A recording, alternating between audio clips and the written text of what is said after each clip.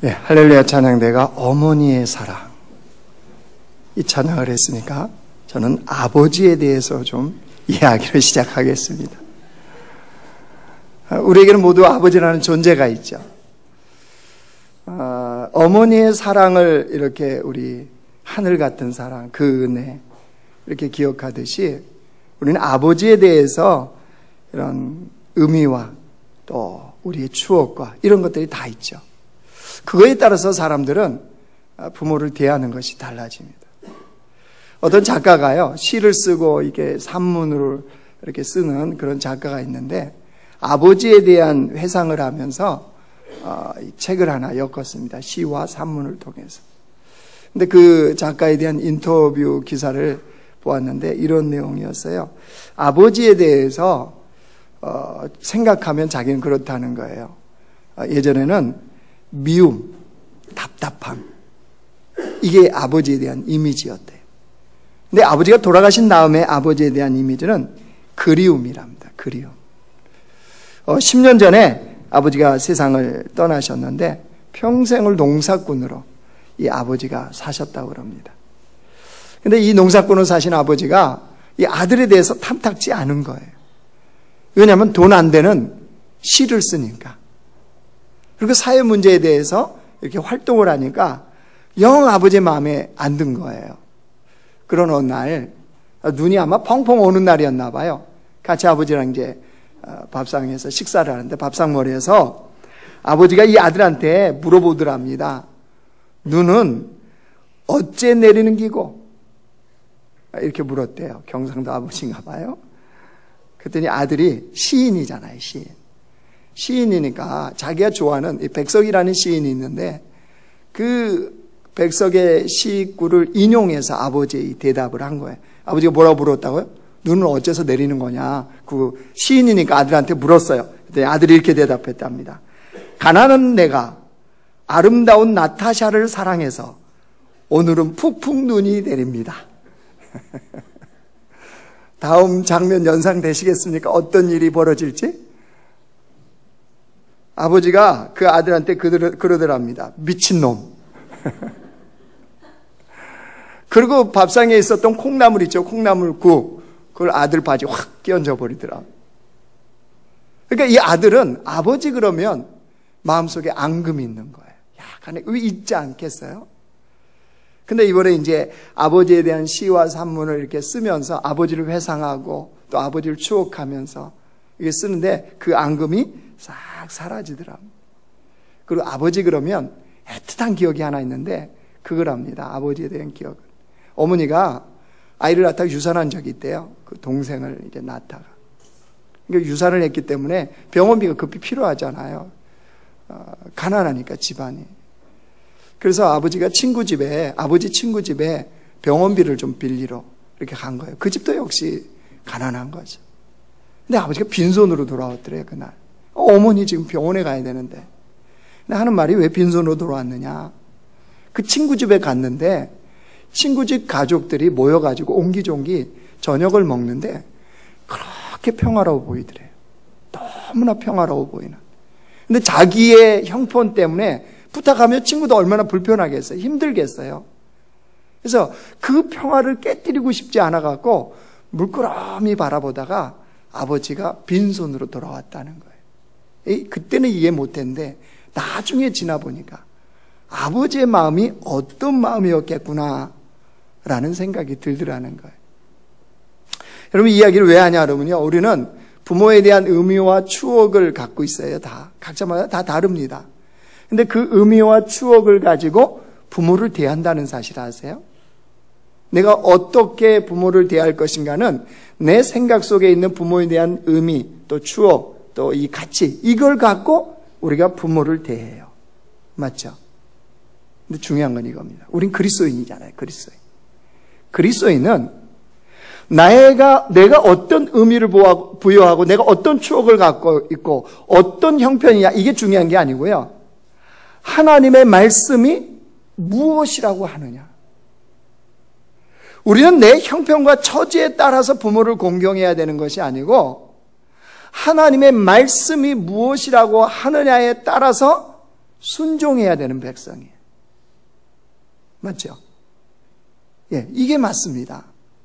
그래서 오늘 주님은 뭐라고 말씀하시는지 우리가 오늘 본문을 통해서 보기를 원합니다. 오늘 다윗의 형편이 이렇답니다. 1, 2절 말씀 보실래요? 같이 읽겠습니다. 시작. 그러므로 다윗이 그곳을 떠나 아둘람 굴로 도망하며 그의 형제와 아버지의 온 집이 듣고 그리로 내려가서 그에게 이르렀고 환난당한 모든 자와 빚진 모든 자와 마음이 온통한 자가 다 그에게로 모였고 그는 그들의 우두머리가 되었는데 그와 함께한 자가 400명 가량이었더라. 오늘 다윗의 신세가 어떤 신세라고 그럽니까? 도망자입니다. 도망자. 우리는 알죠. 왜 다윗이 도망자로 살아야 되는지. 다윗이 이스라엘 왕으로 기름 부음 받은 다음부터 누가요? 사울 왕. 지금 왕인 사울 왕이 계속 다윗을 괴롭힙니다. 죽이기 위해서. 그래서 다윗은 늘 도망을 다니며 살아야 됐어요. 사울 왕의 칼날을 피해서 도망 다니는 괴로운 삶이 지금 다윗의 형편입니다. 오늘 본문에 아둘람 굴로 도망친 이유가 또 있습니다. 그 사울 왕의 칼날에 도저히 이스라엘 땅에는 발붙이고 살 수가 없어서 블레셋으로 망명을 하려고 도망을 쳐요, 글로. 근데 블레셋에서 어떻게 하죠? 오히려 거기서 죽을 뻔했잖아요. 그래서 침을 흘리면서 미친 척하고 겨우 빠져나왔어요. 그리고 도망친 곳이 어디냐 그러면 지금 아둘람 굴입니다. 그러니까 이 다윗의 삶이 지금 얼마나 힘든지 아시겠죠? 마음 편히 발붙일 곳이 전혀 없는 도망자, 이게 다윗의 지금 형편입니다. 그런데 그 아둘람 굴에 있었더니 400명의 사람들이 찾아왔네요. 어떤 사람들이요? 돈 많은 사람? 권력 있는 사람? 아니요. 그런 사람들이 아니에요. 몇 면을 보세요. 환난당한 모든 자, 또 빚진 자들, 마음이 온통한 자들. 다 어떤 사람입니까? 다윗의 손길이 필요한 사람들. 다윗의 손길이 철저하게 필요한 사회적 약자들이 지금 400명이 몰려온 거예요. 아니, 자기의 형편도 이런데 지금 400명의 사람도 그런 사람이라는 거예요. 근데 그런 데다가 1절에 봤더니 누구까지 왔어요, 거기에? 다윗의 형제와 아버지가 왔다 그랬죠. 아버지의 온 집, 이게 무슨 말이에요? 다윗의 부모님과 다윗의 형제들까지 누구를 찾아온 거예요? 다윗을 지금 찾아온 거예요. 여러분, 보통 이런 걸 뭐라고 그래요? 내 코가 석자가 됐다 그러죠. 그러면 이렇게 부모님이 찾아왔어요. 이런 형편에. 짐이 되겠습니까? 도움이 되겠습니까? 예? 짐이라고 생각하죠. 다. 그렇죠. 맞습니다. 그러니까 내 코가 석자니까 이럴 때 보통 이 부모에 대해서 어떻게 하죠? 나몰라라 합니다. 나몰라라. 당연하죠. 왜? 내가 지금 죽게 생겼는데 부모가 어디 있습니까? 이게 인간의 본성이에요. 필리핀의 독재 여자였던 마르코스가요, 필리핀에서 이제 도망을 쳐요. 그래서 어디로 가냐면 하와이로 가는데 돈을 엄청나게 가지고 왔다 합니다. 돈을 엄청나게 가지고 왔는데 그 자신의 노모는요, 고향에서 모시고 가지 않았어요. 그리고 자기만 하와이로 도망친 거예요.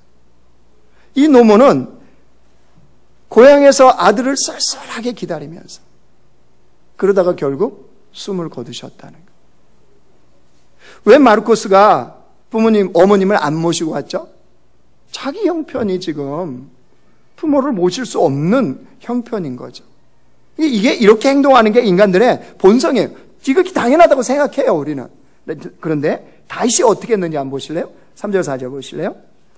다윗이 거기서 모압 미스베로 가서 모압 왕에게 이르되 하나님이 나를 위하여 어떻게 하실지를 내가 알기까지 나의 부모가 나와서 당신들과 함께 있게 하기를 청하나이다 하고 부모를 인도하여 모압 왕 앞에 나갔더니 그들은 다윗이 요새에 있을 동안에 모압 왕과 함께 있었더라. 다윗이 누굴 찾아갔다고요? 아둘람굴에서 모압 왕을 찾아갔다는 거예요. 왜요? 부모를 좀 부탁하기 위해서. 왜냐하면 자신의 삶은 안전하지 않으니까 좀 그때까지 하나님이 어떻게 형편을 펴주실 때까지 좀 대신 부탁드립니다. 이거 한 거예요. 뭐 그냥 보기는 쉽죠. 근데 여러분, 이게 결코 쉽지 않다는 거 아세요? 왜일까요? 여러분, 이스라엘 백성들은 선민의식이 강합니다. 하나님의 백성, 선택된 백성이라는 거예요. 나머지 이 사람들은요, 다 이방인이에요. 이스라엘 백성들 생각 속에는요, 이방인은 짐승처럼 취급을 했습니다. 그러니까 이방인에게 무릎을 꿇는다. 이거는 수치 중에 수치로 여겼어요. 이거 어떻게 하냐 그러면요, 사울왕이 블레셋과의 전쟁에서 마지막 이제 죽습니다. 죽는데 그때 이제 활에 맞아서 중상을 입잖아요. 그래서 이제 죽으려고 하니까 당연히 적들이 보면 적들이 와서 목을 칠 거 아니에요. 근데 그때 이 사울왕이 어떻게 하느냐 그러면요, 사무엘상 31장 보여주실래요? 같이 읽습니다. 시작. 그가 무기를 든 자에게 이르되 내 칼을 빼어 그것으로 나를 찌르라. 할례 받지 않는 자들이 와서 나를 찌르고 모욕할까 두려워하노라 하나, 무기를 든 자가 심히 두려워하여 감히 행하지 아니하는지라. 이에 사울이 자기의 칼을 뽑아서 그 위에 엎드러지매. 사울왕이 무엇을 가장 수치로 여겼다고요? 할례 받지 않는 자들이 와서 자기를 찌를까. 그러니까 이스라엘 백성들이 이방인에 대해서 어떻게 생각하는지 아시겠죠? 그래서 스스로 그냥 칼에 자기가 엎드려서 죽었다는 거예요.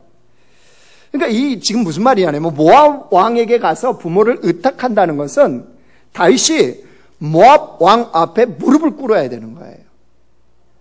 그런데 그 수치를 마다하지 않고 다윗이 뭐 했다는 거예요? 그걸 했다는 거예요. 왜요? 부모를 편안하게 모시게 하기 위해서요. 여러분, 우리는 여기서 무엇을 보아야 됩니까?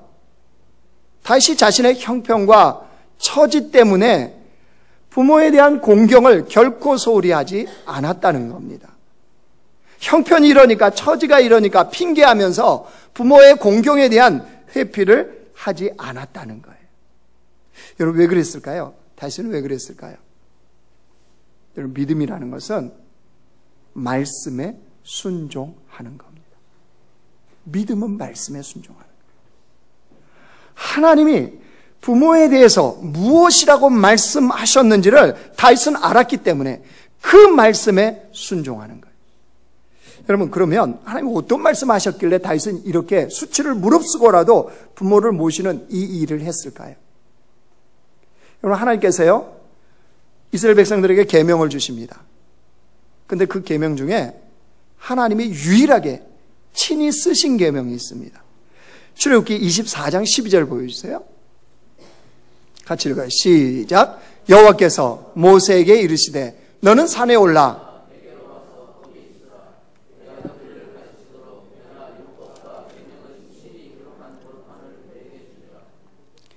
율법과 계명을 친히 기록한 돌판. 그러니까 하나님이 친히 쓰셨다는 거예요. 그게 뭐예요? 십계명이죠. 십계명. 두 돌판에 하나님께서 친히 십계명을 쓰신 거예요. 그러면 여러분, 우리가 십계명에 대해서는요, 어떻게 생각을 해야 되냐 그러면, 십계명은 내가 순종의 여부를 판단할 말씀이 아니에요. 십계명은 하나님의 절대적인 명령입니다. 즉, 우리의 절대적인 복종이 있어야 할 말씀이라는 거예요. 그러니까 십계명에 대해서는 선택하느냐 마느냐 이런 차원이 절대 아니에요. 그냥 복종이에요, 복종. 그런데 십계명이 여러분 어떻게 되어 있는지 아시죠? 제1계명은 그러면 이제 여기서부터 막혀요, 그죠? 그건 안 물어봐요.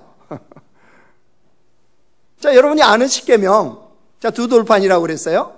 하나님이 첫 번째 돌판에는 제1계명부터 제4계명까지를 기록하십니다. 이게 어떤 내용이에요? 대신의 관계, 즉 하나님과 믿는 자들의 관계가 어떠해야 돼, 어떻게 살아야 되는지에 대한 말씀이에요. 그렇죠? 두 번째 돌판이요, 제5계명부터 제10계명까지를 기록합니다. 이거는 대인의 관계입니다. 사람과의 관계에서 믿는 자들이 어떻게 행해야 될 것인가를 기록하는 것이 두 번째 돌판인 제5계명부터 10계명입니다. 자, 이건 절대 명령이라고 그랬어요. 절대 순종해야 될, 절대 복종해야 될 말씀이라고 그랬는데, 제5계명부터 10계명까지 사람과의 관계를 말씀하신 것의 첫 번째가 뭐예요? 제5계명이? 자, 출애굽기 보여주세요. 같이 읽어요. 시작. 내 부모를 공경하라. 그리하면 내 하나님 여호와가 내게 준 땅에서 내 생명이 길리라. 내 부모를 공경하라. 그게 제5계명이에요. 그러니까 두 번째 돌판의 첫 번째 것이에요. 여러분, 왜 부모를 공경하라를 두 번째 돌판의 첫 번째, 사랑과의 관계의 첫 번째 자리에 놓으셨을까요? 유아씨 오늘 잘 들으셔야 돼요. 아이들 키우는 거 중요해요. 그죠? 둘, 셋 낳는 거 얼마나 축복인지 몰라요. 우리 복 받은 교회예요. 근데 잘 들으셔야 돼요, 오늘 설교. 왜 부모 공경을 7번째 넣으면 안 될까요? 럭키 세븐인데. 10번째 넣으면 안 될까요? 하나님께서는 순서를 정하실 때, 말씀을 하실 때, 반복해서 말씀하실 때, 이건 의미 없이 하신 것이 하나도 없습니다. 사랑과의 관계에서 첫 번째로 부모를 공경하라라고 하는 이 말씀을 두신 것은 우리가 다른 사람과의, 이웃과의 관계, 그걸 온전히 하기 위해서는 부모를 공경하는 것, 효도하는 삶이 첫 번째 출발점이라는 거예요. 다시 말씀드립니다. 우리가 다른 이웃에 대해서 온전한 관계를 맺는 그리스도인으로 사는 것은 부모에게 효도하는 것으로부터 출발합니다. 이 말은 무슨 말이냐? 부모를 공경하지 않는, 부모에게 효도하지 않는 사람은 다른 이웃과의 관계를 온전히 한다는 것은 말이 되지 않는다는 사실입니다. 그래서 두 번째 돌판에 첫 번째로 내 부모를 공경하라 이렇게 말씀하신 겁니다. 자, 그렇다면 왜 우리는 부모를 공경하는 자로 살아야 될까요? 왜 부모에게 그리스도인들은 효도하는 자로 살아야 될까요? 그거는요, 부모 없으면 우리 없습니다. 부모 없으면 우리는 없어요. 무슨 말이냐? 부모는 내가 이 땅에 존재하도록 하는 하나님의 생명의 통로입니다. 여러분, 우리는 하나님이 우리를 이 땅에 보내시기 위해서 언제부터 계획한지를 알아요. 말씀에 언제부터 계획했대요? 창세 이전에. 그죠? 세상이 지어지기도 전에 우리를 이 땅에 보내시고자 하는 하나님의 놀라운 계획이 있으셨다는 거예요. 그러면 여러분, 하나님 편에서 우리의 성품과 우리의 기질과 우리의 모든 것, 그죠?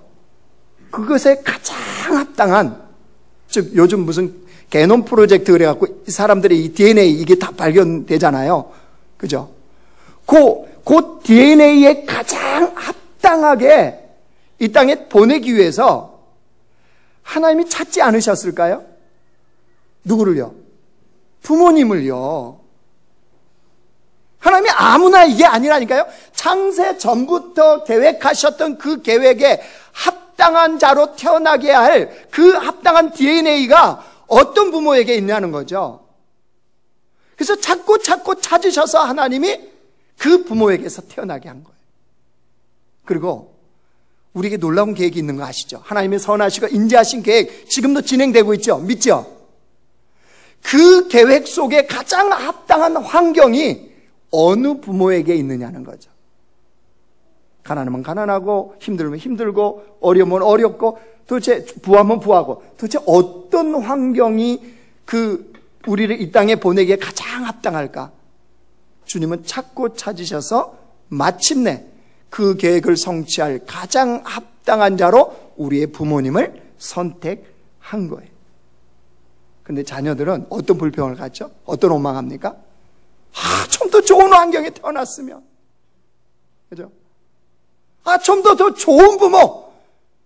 좀 옆집 그 친구 부모님처럼 좀 그렇게 근사한 부모 밑에 태어나면 안 되느냐.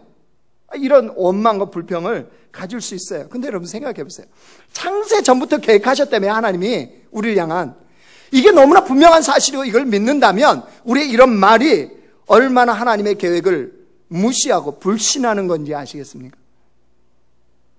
이런 우리의 생각은 불신앙입니다. 불신앙. 저도요. 여러분 저는 시골에서 태어났습니다. 부모님은 농사꾼이셨습니다.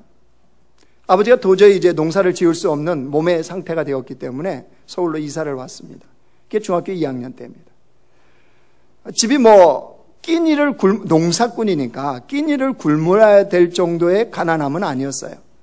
그러나 그 시대의 보편적인 가정들이 겪는 어려움을 고스란히 겪었어요. 학교 다니는 것만 해도 감사하다 이렇게 생각했습니다. 그런데 청소년 때 굉장히 감수성이 예민하잖아요. 저도 그랬겠죠, 당연히. 무쇠로 만든 사람 아니잖아요. 청소년 때 감수성이 예민하니까 왜 갖고 싶은 거 많잖아요. 하고 싶은 것도 많고 롤러스케이트장도 가고 싶고 빵집도 가고 싶고. 근데 제가 그때요 정말 갖고 싶은 게 하나 있었어요. 그게 뭐냐면 스테레오로 나오는 FM 라디오 그 팝송을 스테레오로 들을 수 있는, 그리고 카세트를 꽂을 수 있는 마이마이 같은 거예요. 그거 가진 애들이 그렇게 부러운 거예요. 친구들 가졌는데 이렇게 한번 들어보면요, 음악이 벌써 모노하고 스테레오는 완전, 그 FM 라디오가 팝송이 알아듣지도 못하는 팝송이 딱 스테레오로 잡히면요, 그 빨간불이 딱 들어와요, 그 LED가. 그럼 이게 딴 세상인 거예요. 이게 양쪽에서, 이쪽에서 드럼이 부rum 치면 이쪽으로 나오는 거 있잖아요.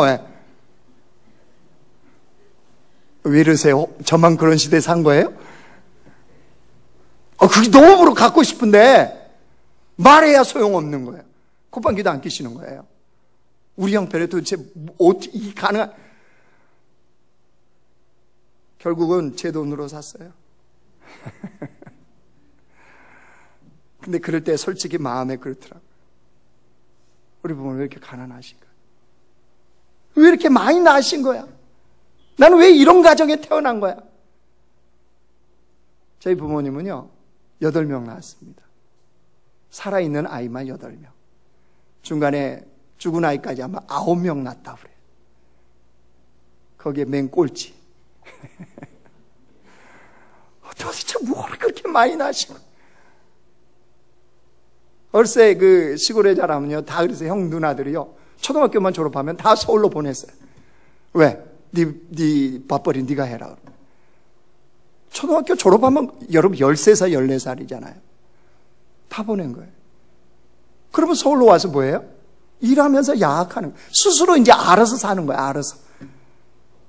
그러니까 이게 가족들 모이면 그런 말 많이 들었어요. 뭐라 그렇게 자식들은 많이 나가죠.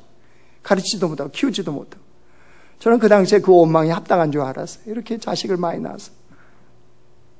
그런데 제가 하나님을 믿고 하나님을 알고 드디어 알게 되었어요.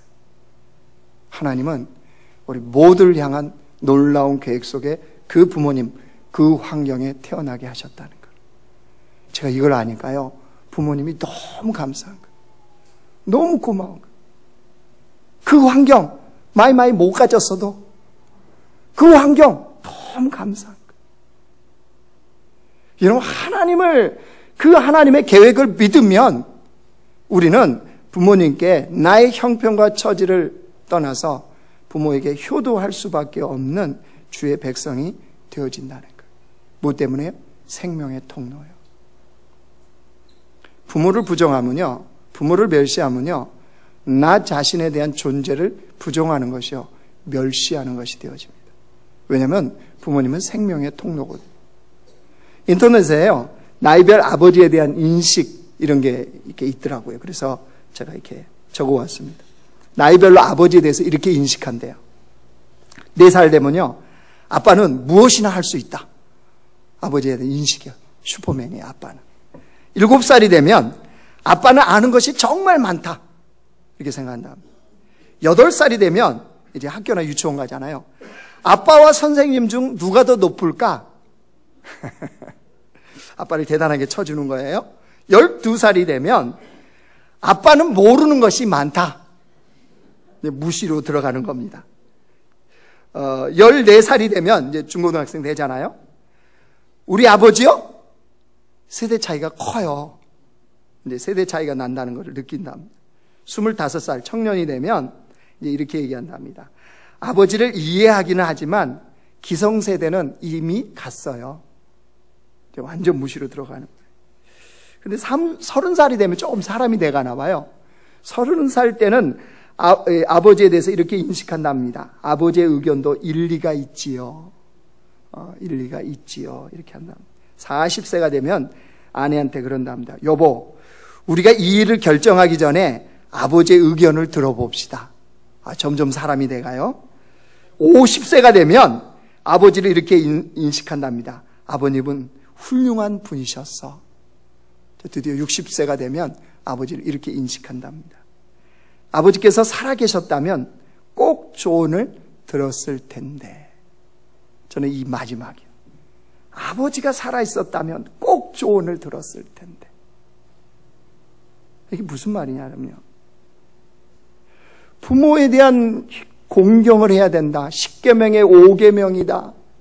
우리 다 알아요. 그죠? 5월 둘째 주 어버이 주일은 효에 대한 설교할 거란 거 다 알아요.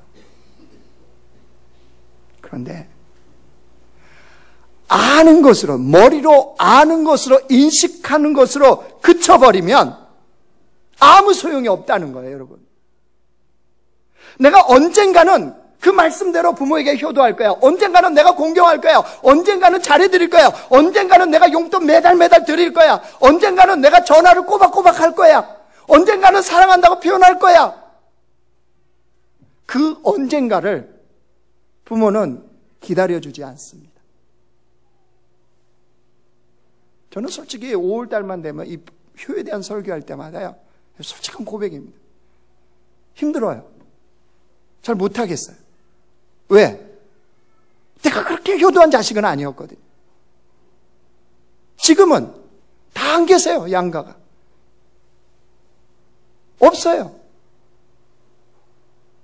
설교를 하고 실천을 해야 되는데 부모는 기다려주지 않아요. 근데 저를 돌아보니까요, 부모가 마냥 기다려줄 것처럼 착각하고 살아요. 다른 부모는 나이 들어서 돌아가시지만 내 부모만큼은 날 기다려주실 거야. 오래 사실 거야. 장수하실 거야. 착각 아닌 착각을 하고 있습니다.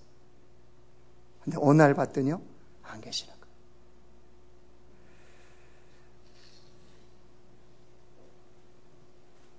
여러분, 부모는 기다려주지 않아요. 아는 것으로, 인식하는 것으로 우리가 효가 끝나면 어리석습니다. 또 하나, 왜 우리가 효도하는 백성으로 살아야 되냐 그러면요, 다윗은 왜 그렇게 효도하는, 부모를 공경하는, 부모를 그렇게 인도하는 백성이 되었느냐? 하나님 때문이에요. 하나님 때문에. 우리가 믿는 하나님은 뿌린 대로 거두게 하십니다. 여러분, 하나님이 안 계시면요, 팥 심은데 콩 납니다. 하나님이 안 살아 계시면요, 거짓을 심었는데 진실이 거둘 수 있어요. 하나님이 안 계시면 불효를 심었는데 효를 거둘 수 있어요. 문제는 이겁니다. 하나님은 살아 계시다는 거. 하나님은 뿌린 대로 거두게 하세요. 내가 내 부모에게 어떻게 뿌렸느냐가 내가 자식으로부터 어떤 것을 거둘 것인가가 명확해진다는 사실이에요. 여러분, 시대가요, 지금 시대가 부모 공경이니 효니 이런 얘기를 하면요, 무슨 옛날 골동품 취급합니다. 이 시대 골치 아프게 무슨, 지금 나 살기도 바쁜데, 나도 힘든데, 이렇게 사람들이요, 취급을 해요. 참 안타깝습니다. 여러분, 그러면서 사람들은 자녀로서 부모에게 해야 될 최소한의 의무와 책임을 회피합니다.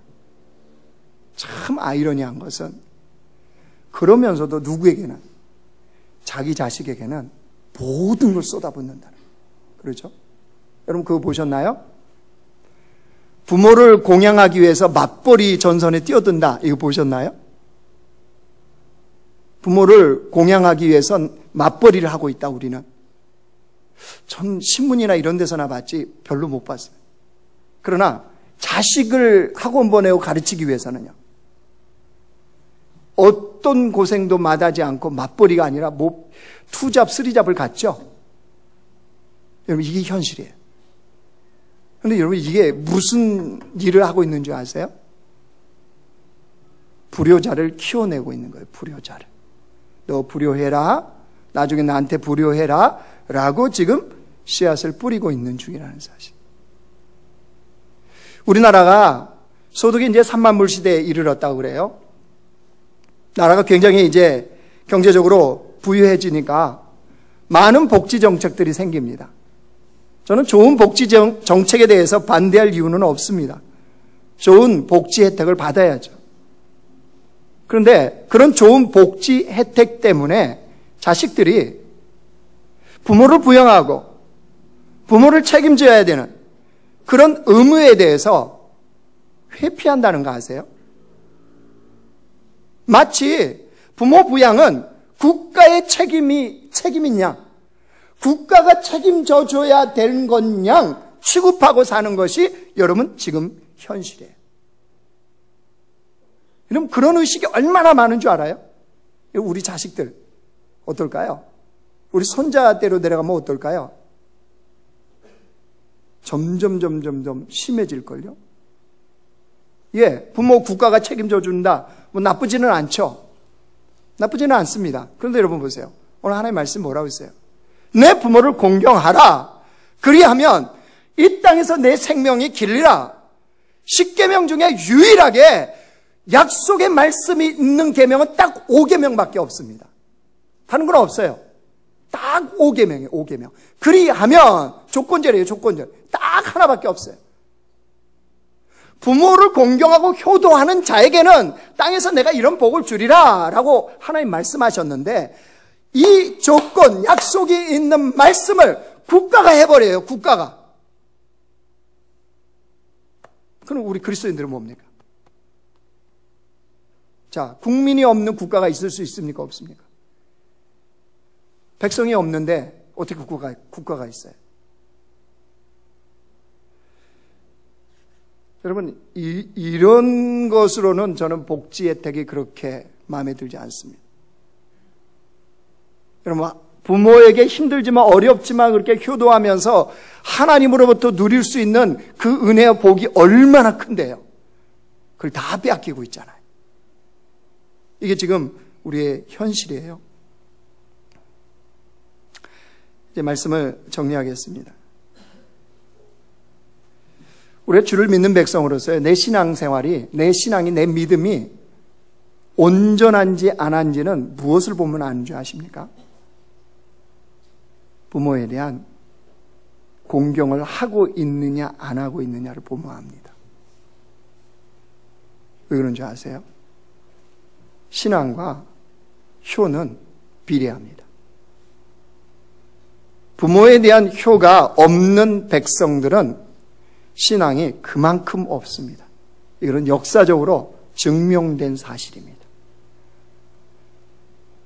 저는 우리나라 민족이 점점 이 효에 대한 부모를 공경하고 부모를 부양하고 부모를 모시는 이 부분에 대해서 점점 희미해진다는 것은 우리의 신앙이 그냥 거칠애와 그냥 겉으로 머리로 이게 믿는 신앙으로 살아가고 있다는 증거인 것 같아서 너무나 안타깝습니다. 올 가정의 달만 되면 제가 이 부모 공경에 대해서는 계속 설교를 해왔습니다. 아시죠? 저는 오늘도 설교를 준비하면서 정말 기도하는 바가 있어요. 우리 남자의 성도들은 뭐 어떤 형편마다 각자 다 다르죠. 신앙의 모습도 다 다를 수 있어요. 그러나 분명한 것은 부모를 공경하는 그런 공동체, 그런 자녀들이 되기를 원합니다. 정말로 효도하는 그런 주의 백성들로 변화되고 그런 삶을 사는 그런 공동체가 되기를 원합니다. 다시 복음으로 새롭게 된다는 거 뭐겠습니까? 내가 복음으로 다시 변화됐다는 게 뭐겠어요? 내가 변화되어서 부모님께 효도할 수 있는 자식이 된다는 거, 이거 아니겠습니까? 제 개인적인 얘기를 죄송하지만 하고 이 설교를 마치려고 합니다. 이번 어버이날이 되어서요, 제가 자녀가 3명이잖아요. 3명의 자녀가 자신의 처지와 형편에 따라서 감사를 표시했습니다. 근데 그 중에 한 녀석이 편지를 썼는데요. 편지에 삼행시를 하나 썼어요. 한 녀석이라는 것은 머리가 짧은 애를 얘기하는 겁니다. 아버지라는 삼행시를 이렇게 썼어요. 본인의 허락을 받고 제가 여기에 알려드리는 겁니다. 아버지. 버리지 않고 지금까지 키워주셔서 감사합니다. 제가 그거 읽으면서 어쩌면 잘 알았냐. 진짜 버리고 싶었다. 이놈아. 자기도 안 돼요. 부모가 자식 버리지 않는다는 거 자기는 알지만 그래도 사랑으로 키워주셔서 감사합니다. 투박하지만 그런 표현이에요. 남자로서. 근데 저는 이제 그런 이게 아이들의 이제 표현 이런 걸 보면서요. 참 하나님께 감사했어요. 나는 비록 그랬지만 참 그래도 감사하다. 이런 마음과 더불어서 그런 자녀들에게 정말 축복해주고 싶었어요. 내가 있다면 그 어떤 거라도 좀 주고 싶은 이런 마음이 들었어요. 그러면서 하나님이 그 자식들을 어떻게 보실까? 비록 부족하고 연약하고 그런 저희지만 그런 부모를 향해서 그 마음을 표현하면서 하려고 하는 이 자식들을 하나님은 어떤 마음으로 보실까? 하나님 굉장히 흐뭇하시 않을까요? 하나님 우리 형편처지 다 아시잖아요. 그럼에도 불구하고 주의 말씀이기 때문에 그 말씀에 절대 복종하려고 부모에게 힘쓰고 애써서 효도하려고 하는 우리의 모습을 보신다면 하나님이 어떻게 보실까요? 팔짱만 끼고 보실까요? 유아실 아이들 키우는 거 힘드시죠? 얼마나 그때 힘들 때입니까? 맞아요. 그런데 그렇다고요. 부모에게 효도하는 것을 게을리하시면 결코 안 됩니다. 여러분 그게 제대로 심는 주의 백성인지 아닌지를 우리 보셔야 돼요. 여러분 우리 하나님께서 친히 쓰신 명령이라는 거 꼭 기억합시다. 하나님이 친히 쓰셔서 명령하신 부모 공경에 우리가 절대적으로 복종하고 순종하는 그런 백성들이 되길 주의 이름으로 축원합니다.